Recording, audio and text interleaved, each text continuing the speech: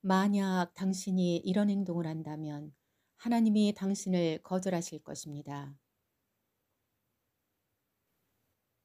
지구에 사는 모든 사람들은 나라와 민족을 초월하여 두 종류의 무리가 있습니다. 하나님의 자녀와 마귀의 자녀입니다. 하나님의 자녀는 장차 천국에서 영원한 거처를 삼을 것이며 마귀의 자녀들은 마귀가 거주하는 불못에 함께 있을 것입니다. 이는 그들이 땅에 사는 동안에 각각 하나님 또는 마귀의 진영에 소속되었기 때문입니다. 어느 진영에 속했다는 의미는 두 세계가 요구하는 특정한 방식으로 행동했다는 의미입니다. 하나님의 자녀는 하나님께서 지시하신 방식에 따라 살아갈 것입니다. 마귀의 자녀는 세상의 방식으로 살아갈 것입니다. 마귀와 세상은 협조자입니다. 첫 아담의 범죄로 인해 땅에는 사망과 죄가 유입되었습니다.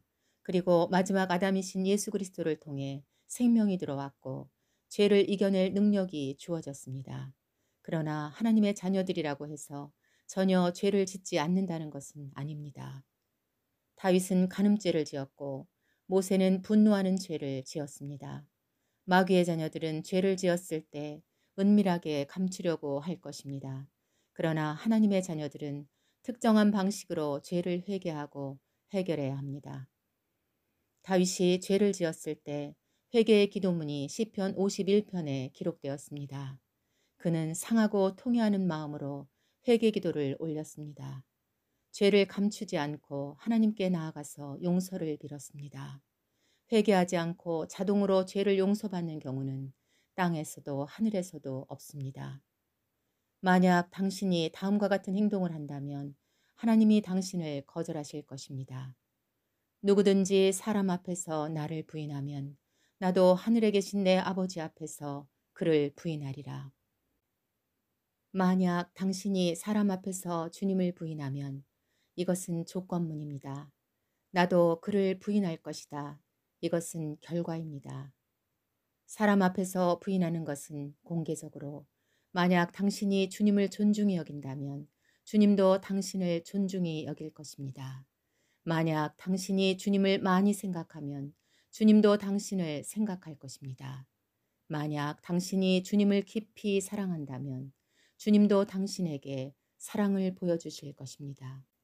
만약 당신이 주님께 무관심하면 주님도 당신에게 관심을 두지 않을 것입니다. 만약 당신이 주님의 말씀을 업신여긴다면 주님도 당신을 모른다고 하실 것입니다. 땅과 하늘의 상관관계는 다른 구절에서도 발견됩니다. 땅에서 무엇이든지 풀면 하늘에서도 풀릴 것입니다. 땅에서 무엇이든지 매면 하늘에서도 매일 것입니다. 땅과 하늘은 양자역학에서 양자 얽힘처럼 엮여 있습니다. 그런데 베드로는 3번이나 주님을 부인하지 않았나요? 베드로가 3번을 부인하고도 용서를 받았으니 부인해도 쉽게 용서를 받을 수 있구나 생각하면 오해한 것입니다. 베드로가 용서받은 절차는 결코 쉬운 과정이 아니었습니다. 그는 눈물로 통회하였고 주님으로부터 직접 용서를 받아야만 했습니다. 죄를 짓고도 회개하지 않아 용서를 받지 못한 케이스가 가룟 유다입니다. 주님께서도 선뜻 그를 용서하지 않으셨습니다. 용서는 당연하고 쉬운 과정이 아니라는 사실입니다.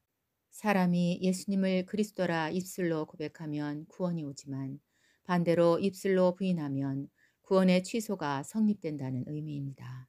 긍정적 효과가 있으면 반대급부도 있음을 알아야 합니다. 여러 사람들이 그리스도의 십자가의 원수로 행하고 있습니다. 십자가의 원수로 행하는 사람은 십자가 희생에 대한 의미를 망각하고 타락한 삶을 사는 것입니다. 우리가 하나님을 사랑한다고 입술로 고백합니다. 그런데 실상 하나님을 사랑한다는 것을 어떻게 증명할 수 있습니까? 입술로는 고백하지만 행동은 다르게 할 수 있습니다. 주님은 사랑하는 방법을 알려주셨습니다. 계명을 지키라 하셨습니다. 2계명과 10계명을 포함합니다. 10계명에는 규칙이 존재하지만 2계명은 사랑을 행하는 것입니다. 사랑은 하나님의 성품과 그리스도의 사랑을 반영하는 삶을 사는 것입니다. 지금은 사람들 앞에서 주님을 부인하는 강요를 받는 일이 없다고 생각합니다. 그것은 짐승의 시대에 올 것이라 생각합니다. 그러나 많은 사람들이 직장이나 사회에서 기독교인이라는 사실을 분명하게 밝히지 않고 그들의 방식과 어울려 삽니다. 이러한 행위도 하나님 앞에서 가증한 일입니다. 주님께서 세상의 빛이 되라고 하시며 등불을 켜서 등경 위에 두라 하신 것은 그리스도인이라는 사실을 은밀하게 감추어도 된다는 뜻이 아닙니다. 누구든지 사람 앞에서 나를 시인하면 나도 하늘에 계신 내 아버지 앞에서 그를 시인할 것이다. 우리는 삶의 모든 면에서 그리스도를 인정해야 합니다. 아멘.